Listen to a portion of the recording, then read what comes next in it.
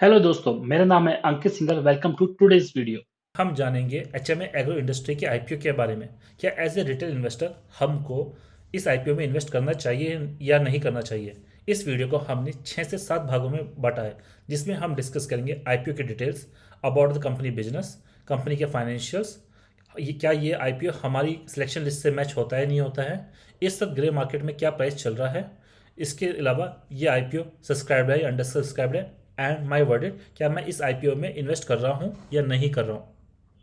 20 जून को खुला था और 23 जून को बंद हो जाएगा। इसकी फेस वैल्यू 10 रुपये है। इसका प्राइस मिनिमम 555 रुपीज़ है और मैक्सिमम 585 रुपीज़ है। अगर आपको इस आईपीओ में अपनी क्या प्रोबेबिलिटी बढ़ानी है तो आपको 585 पे अप्लाई करना पड़ेगा, यानी कि एज ए रिटेल इन्वेस्टर आपको एक 25 शेयर्स का स्लॉट मिलेगा। ठीक है। इसके अलावा टोटल इश्यू साइज जो आ रहा है 480 करोड़ रुपए का आ रहा है, जिसका अभी फ्रेश इश्यू है 150 करोड़, एंड जो ऑफर फॉर सेल है 330 करोड़ का है, यानी कि वे अपने कहते हैं शेयर्स को ऑफलोड कर रहे हैं। एंड कहते हैं जो ये कंपनी है ये एनएससी और बीएससी दोनों पे ही लिस्ट होगी।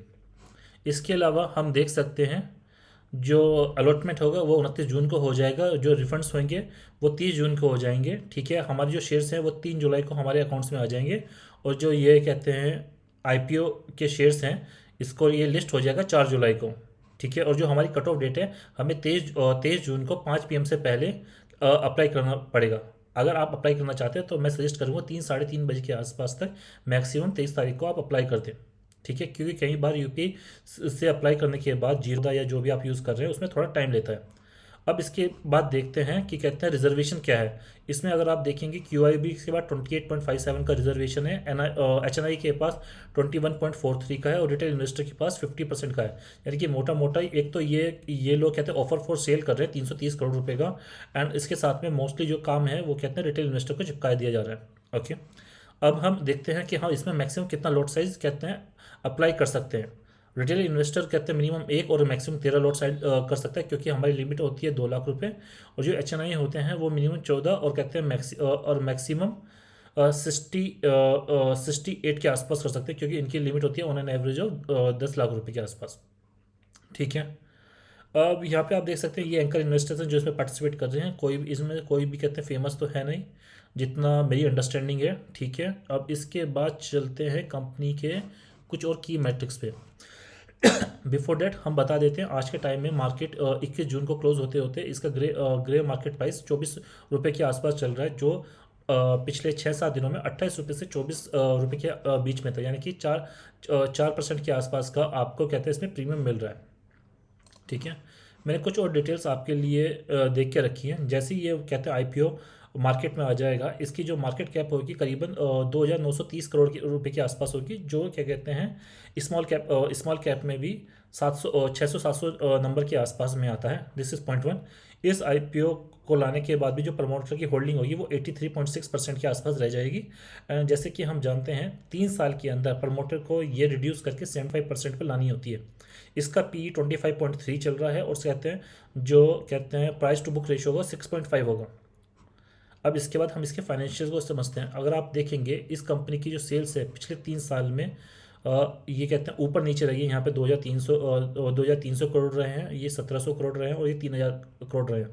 इसके अलावा अगर आप देखते हैं प्रॉफिट आफ्टर टैक्स, तो ये देखिए 46, 72, 116 पर अगर आप देखते हैं आपको लगेगा कि प्रॉफिट आफ्टर टैक्स बढ़ रहा है, पर जब आप रेवेन्यू के कंपेरिजन इसको देखेंगे तो ये करीबन 3-4% के बीच में ही आएगा।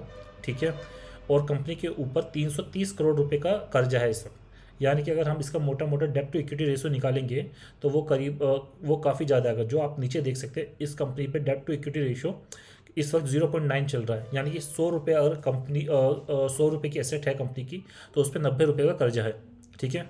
आर इनकी अच्छी रही है, जो 36, 39, 42 के आसपास, और आर भी इनकी सही रही है।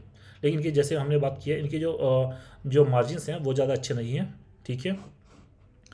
इसके अलावा जब हम एनएससी की वेबसाइट पर जाते हैं और यहाँ पे देखते हैं कि आज के टाइम में 21 जून को मार्केट क्लोज होते होते इनकी कहते हैं क्या हालत रही है, कितने लोगों ने इस पर इन्वेस्ट किया है, तो हम देखते हैं क्यू आई बी का तो 0% है, नॉन इंस्टीट्यूशनल इन्वेस्टर्स ने 0.82 किया है। इसके अलावा जो हमारे रिटेल इन्वेस्टर हैं उन्होंने 0.21% सब्सक्राइब किया है। इसका मतलब ये होता है कि अगर आपको 100 शेयर्स अलोकेट होंगे पूरे रिटेल इन्वेस्टर को, तो अब तक 21 लोगों ने ही कहते हैं अपना 21% लोगों ने ही अपना वो लगाया। ठीक है, और यहाँ पे भी देख सकते हैं कि कहते हैं कट ऑफ प्राइस पे कितना लगाया और कहते हैं बिडिंग प्राइस पे कितना लगाया। अगर इसको आपको जानना है तो आप यहाँ पे जा सकते हैं और ये सारा डाटा आपको यहाँ से मिल जाएगा फेस बाय फेस कि कहते हैं किस प्राइस पे कितने हमारी बोलियाँ आई है।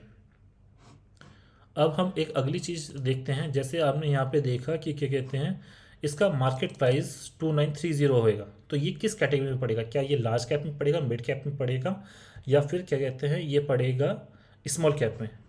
तो हम जानते हैं कि 0 से 100 की जो कंपनीज होती हैं वो लार्ज कैप होती हैं, 101 से अगली 250 तक की कंपनी होती है स्मॉल कैप। ठीक है, और 200 मिड कैप, और 251 से होती है 251 प्लस होती हैं स्मॉल कैप। तो हम ये जब हम स्क्रीनर पे जाते हैं 251 पे देखते हैं ये कंपनी आई है क्रॉम्पटन, इसका मार्केट साइज जो अप्रॉक्सीमेट है 18,752 करोड़ रुपए है, जबकि इस कंपनी का पोस्ट आईपीओ जो कहते हैं मार्केट कैप होगा 2,930 रुपये, 2,930 करोड़ रुपये होगा, यानी कि काफ़ी छोटा रहेगा। अब कितना छोटा होगा वो भी देख लेते हैं। ठीक है, जब हम यहाँ पे जाते हैं और देखते हैं इसको, तो ये on an average of 709 710 number के आसपास में आएगा, यानी कि काफ़ी छोटी कंपनी है ये। ठीक है, और नई कंपनी आ रही है। ठीक, अब इसके अलावा हम कुछ और देख लेते हैं। HMA agro industry incorporation date देखते हैं, ये कंपनी कब स्टार्ट हुई है। इनकॉर्पोरेशन डेट, तो ये कंपनी 9 अप्रैल 2008 को हुई है, यानी कि मोटा मोटा इसको 15 साल हो गए। ठीक है, अब मैं कुछ और चीज़ बता देता हूँ। ये हमने इनका कहते हैं DHR भी खोल रखा है, तो इसमें देखते हैं बोर्ड ऑफ डायरेक्टर्स की क्या कहते हैं कैसा है, इनका बोर्ड ऑफ डायरेक्टर्स कैसा है। तो आप देखेंगे बोर्ड ऑफ डायरेक्टर्स में मोटे मोटे 6 लोग हैं, जिसमें 3 इंडिपेंडेंट डायरेक्टर हैं और 3 कहते हैं होल टाइम डायरेक्टर्स हैं, पर ये सारे के सारे फैमिली मेम्बर्स हैं। ठीक है, दिस इज़ पॉइंट 1। और जब आप इसको ज़्यादा डिटेल्स में पढ़ेंगे, ये सारे के सारे इंडिपेंडेंट डायरेक्टर्स हैं। ये 2021 के आसपास में इस कंपनी में आए हैं, जिसमें से एक सीए है, एक सीएस है, और एक है जिनके बारे में हम ज़्यादा मालूम नहीं कर पाए। ठीक है, एंड इसके अलावा अगर आप आगे जाके इसको देखेंगे, ठीक है, इस कंपनी में ये मोस्टली फैमिली ओन बिजनेस है। यहाँ पे आप देखेंगे जो ये यहाँ पे डायरेक्टर्स हैं इनके नाम आएंगे और यहाँ पे मालूम चल जाएगा ये जैसे प्रमोटर्स हैं तो उनके सारे रिलेटिव्स हैं और उनका रिलेशन क्या है। And these are the natural persons who are the part of the promoter group. Promoter group में किस किस की हिस्सेदारी है, ये जो जो काम करते हैं मोस्टली ये फैमिली ओन बिजनेस है। ये सब चीज़ आप यहाँ से जाके देख सकते हैं। ठीक है, this is another part which according to me is a risk. ठीक है, अब इसके बाद हम चलते हैं कि क्या कहते हैं इस कंपनी की और भी सब्सिडरीज हैं क्या। ठीक है, तो जब हम यहाँ पे देखते हैं कंपनीज कॉर्पोरेट एंटिटीज़, ठीक है, तो यहाँ पे हम देख पाएंगे इसके अलावा इस कंपनी की इस कंपनी के ये भी और बिजनेसेस हैं जिसको हम देख सकते हैं करीबन 13 बिजनेस हैं। कुछ तो कंस्ट्रक्शंस में है, बिल्डर प्रमोटर्स में है, ये रियल टेक में सेम चीज़ है, इंफ्राटेक में सेम चीज़ है। इसके बाद ये लेदर में है, ठीक है, हाइजीन फूड्स में है, ये इन्वेस्टमेंट एंड ट्रेडिंग्स में है। उसके बाद ये ग्रीन फ्यूल्स में है, ठीक है, कंज्यूमर प्रोडक्ट्स में है, कैटल फार्मिंग में है, कोल्ड स्टोरेजेस में है, और कुछ बेटर होम से जो हमको समझ दिया ये चीज़ है। ओके, अब अगली बार देखते हैं कि कहते हैं इस कंपनी के ऊपर कोई भी आउटस्टैंडिंग लेगेशंस है क्या, इस पर कोई केस वेस चल रहे हैं क्या। जब आप DHRP में जाएंगे तो यहाँ पे आपको देखिएगा इनके पास इनके ऊपर काफ़ी केस चल रहे हैं या चलते हैं पिछले। कुछ GST के इश्यूज़ हैं, कुछ अलग अलग तरह के फ्रॉड्स हैं, कुछ कहते हैं एलिगेशंस हुए हैं। तो ये सब चीज़ें आप यहाँ पे डिटेल्स में पढ़ सकते हैं। अब और देखते हैं कि कहते हैं इंडिया मार्केट में मिड साइज इंडस्ट्री 60,000 करोड़ है। ठीक है, हाँ मैं आपको एक चीज़ बताना भूल गया, ये कंपनी करती क्या है। ये कंपनी जो बेफेलो मीट है उसको फ्रोज़न करके एक्सपोर्ट करती है। ठीक है, डेट इज़ पॉइंट 1। इंडिया का जो बफेलो मीट इंडस्ट्री है वो 60,000 करोड़ की है, जिसमें से एक्सपोर्ट 40 से 45% होता है। ठीक है, इसको जब हम कहते हैं थोड़ा और जूम करके देखेंगे तो आप ये देख पाएंगे। इसके अलावा ये 5-6 प्लेयर्स हैं जो कहते हैं इनके कॉम्पिटिटर्स हैं, और मार्केट में आज के टाइम में कोई भी प्लेयर लिस्टेड नहीं है। पर इसका मतलब ये नहीं है मार्केट में कोई भी प्लेयर लिस्टेड नहीं है, इसका मतलब ये नहीं है कि इनकी ये मोनोपोली हो जाएगी। ठीक है, हमें ये भी देखना पड़ेगा हमें ये भी देखना पड़ेगा कि क्या कहते हैं इसके अलावा इनकी ग्रोथ पर्सपेक्टिव क्या है, जो हम यहाँ से चेक कर चुके हैं कि कहते हैं जो इनके प्रॉफिट मार्जिन है वो 3 से 4% ही हैं। अब हम अपनी IPO डिटेल्स पे शीट पे चलते हैं तो हम आईपीओ डिटेल्स बात कर चुके हैं, बिजनेस के बारे में हम बात कर चुके हैं। ये बफेलो मीट को कहते हैं फ्रोजन फूड की तरह सप्लाई करते हैं और क्या कहते हैं बाहर बेचते हैं। कंपनी फाइनेंशियल हम चेक कर चुके हैं, कोई ज़्यादा खास अच्छे हैं नहीं, ठीक है। अब ग्रे मार्केट प्राइस हम चेक कर चुके हैं, सब्सक्राइब या ओवर सब्सक्राइब वो भी हम चेक कर चुके हैं। हम अपनी सिलेक्शन लिस्ट को देख लेते हैं। तो ये ऑफर फॉर सेल है, अगर है हाँ तो ये ऑफर फॉर सेल है तो ये बैड हो गया, ठीक है। बोर्ड ऑफ डायरेक्टर्स, ठीक है। क्या मोस्टली रिनॉन इंडिपेंडेंट डायरेक्टर्स थे? नहीं, ऐसा तो कुछ था नहीं, अभी अभी कहते हैं हुए हैं, उसमें से एक सी ए एक सी एस है, ठीक है। और मोस्टली फैमिली ओन मेंबर्स हैं, हाँ जी वैसे ही है, तो यानी कि ये भी ख़राब हो गया है। क्या उनके ऊपर कोई केस चल रहे हैं? हाँ जी, इनके ऊपर कोई केस भी चल रहे हैं, ठीक है। अब ये इनकॉर्पोरेशन डेट क्या है? ये मिनिमम 20 साल के आसपास है, ये हमने देखी है, यहाँ पे करीबन ये 15 साल के आसपास की है, ओके। क्या ये सेक्टर कहते हैं इन सेक्टर्स में बिलोंग करता है? Finance, IT, health care? नहीं, इनमें से किसी भी सेक्टर में ये फॉल नहीं करता है, ठीक है। अब इसका मार्केट साइज़ क्या है? ये वैसे तो स्मॉल कैप में आता है, पर हमने देखा है कि ये कहते हैं ये करीब 709 710 नंबर पे आ रहा है, ओके, यानी काफ़ी छोटा है, आप कह सकते हैं माइक्रो कैप के आसपास है। क्या ये एनएससी और बीएससी दोनों पे लिस्ट हो रहा है? हाँ, ये दोनों पे लिस्ट तो हो रहेगा, ठीक है। क्या ये ग्रोइंग सेक्टर है? नहीं, ग्रोइंग सेक्टर तो बिल्कुल नहीं लगता है। क्या कॉम्पिटिटर का जो मार्केट कैप है वो 20x या 20x है? इसका कोई मार्केट में कोई कॉम्पिटिटर ही नहीं है, क्योंकि इस तरह की पहली कंपनी आ रही है, ठीक है। पर इसका मतलब ये नहीं कि अच्छी कंपनी है। अब आगे चलते हैं, क्या इनके ऊपर कोई चार्जेस हैं कोर्ट पे? हाँ, हम देख चुके हैं, इनके डीएचआरपी में लिखा है इनके ऊपर कुछ चार्जेस चल रहे हैं, कुछ जीएसटी से इश्यूज़ हैं, कुछ बाकी भी और इश्यूज़ चल रहे हैं, कुछ इनके प्लांट्स भी पहले बंद हो चुके हैं, ठीक है। आर ओ सी तो इनका अच्छा रहा है, पर कहते हैं लास्ट 10 ईयर्स का हमारे पास डाटा अवेलेबल नहीं है और लास्ट 5 ईयर्स का भी हमारे पास डाटा अवेलेबल नहीं, तो हम इसको कुछ नहीं कह सकते। अब डेट टू इक्विटी रेशो पे बात कर लेते हैं। हमने देखा था इनका डेट टू इक्विटी रेशो 0.9 पहुँच चुके, जो बहुत ज़्यादा हाई है, यानी कि ये अगर इनको अपना धंधा आगे चलाना है तो इनको कर्जे लेना ही पड़ेगा, क्योंकि और जो हम इनके डीएचआरसीपी में देखेंगे तो इन्होंने बैंकों से काफ़ी लोन ले रखा है, एंड ये अपना पैसा इसलिए इन्वेस्ट नहीं कर पाएंगे क्योंकि इनका पास ज़्यादा प्रॉफिट होता ही नहीं है, ठीक है। तो क्या कहते हैं उस हिसाब से भी ये कहते हैं हमारा कहते हैं पैरामीटर्स मैच नहीं कर पा रहे हैं। प्रमोटर होल्डिंग्स क्या प्लेज करके? नहीं, इन्होंने कोई प्लेज तो कर नहीं रखा है। क्या कोई कैपेक्स अनाउंस हो रखा है? इसकी हमें कोई डिटेल्स मिली नहीं है, ठीक है।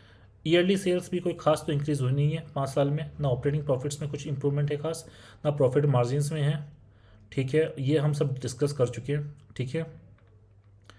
क्या इनकी लॉन्ग टर्म बोरिंग रिड्यूस हुई है क्या? वो एक बार दोबारा चेक कर लेते हैं। जब हम इनकी बोरिंग्स पे जाएंगे तो इनकी बोरिंग्स हमें कहाँ से मालूम चलेगी? ठीक है, इनकी बोरिंग्स हमें यहाँ से मालूम चल सकती है। जब हम जाएंगे इसमें बोरिंग्स, ठीक है, आप यहाँ से भी मालूम चल सकती है।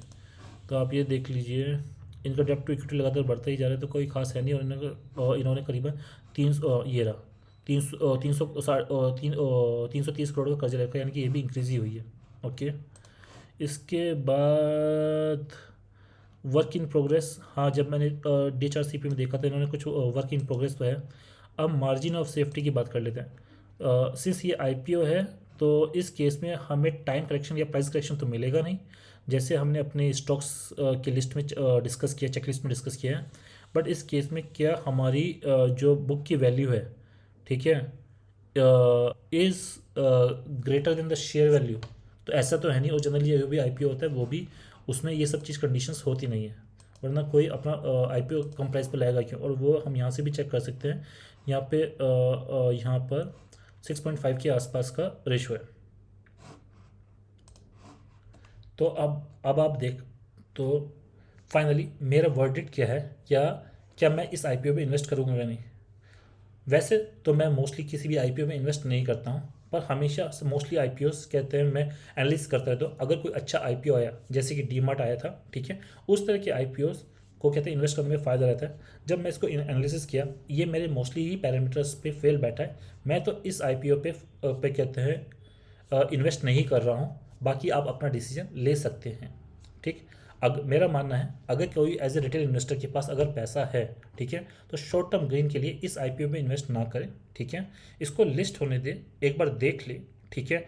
उसके बाद 1 से 1.5 साल के बीच में जब इसका प्राइस करेक्शन आ जाएगा, ठीक है, और उसके बाद इसके फाइनेंशियल्स इंप्रूव होते हैं अगले 2 साल के आसपास में, फिर हम देख सकते हैं आज के टाइम में स्मॉल कहते हैं निफ्टी आईटी इंडेक्स में, और साथ के साथ में स्मॉल कैप में काफ़ी अदर अपॉर्चुनिटीज़ हैं, बेटर अपॉर्चुनिटीज़, जहाँ पे हम अपना मनी डिप्लॉय कर सकते हैं।